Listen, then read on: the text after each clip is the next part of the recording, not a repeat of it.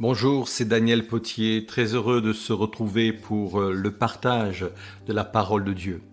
La lecture que nous allons faire aujourd'hui va nous conduire dans l'évangile de Luc au chapitre 19 et les versets 41 et 42. Voilà ce que nous découvrons. Quand Jésus fut près de Jérusalem, en voyant la ville, il pleura sur elle et disait : « Si toi aussi tu avais reconnu en ce jour ce qui peut te donner la paix. » C'est étonnant, on voit Jésus pleurer sur la ville. C'est pas la première fois qu'on le voit dans cet état. À plusieurs reprises, il est dit qu'il fut ému de compassion, soit en regardant la foule ou en étant témoin de certaines situations douloureuses. Et cela m'amène à une question. Quel regard portons-nous sur notre monde ?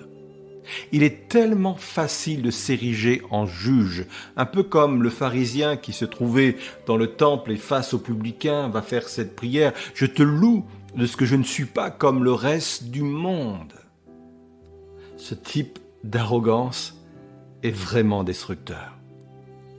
La compassion est vraiment nécessaire.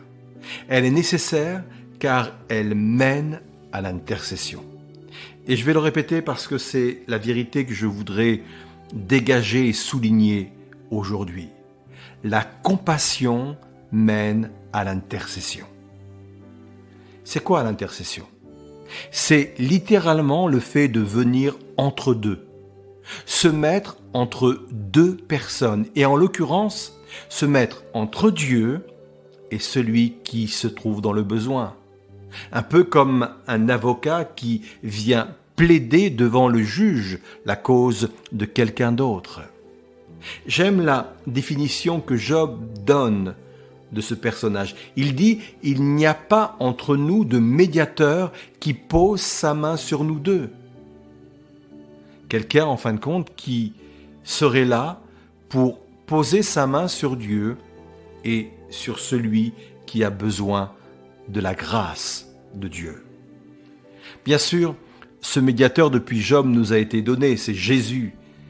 Mais à notre niveau, nous devons et nous pouvons être ce trait d'union par l'intercession. Notre monde n'a pas besoin de juges. Notre monde a besoin d'intercesseurs. Et ces derniers naissent avec le regard de la compassion. Alors, ma prière aujourd'hui, et je pense que cela peut être aussi la tienne, c'est de dire à Dieu : viens changer mon regard. Viens changer ma façon de regarder le monde, d'analyser ce monde-là. Je veux être comme toi, rempli de compassion, afin d'être cet intercesseur efficace. Sois béni et à très bientôt. Passe d'excellents moments.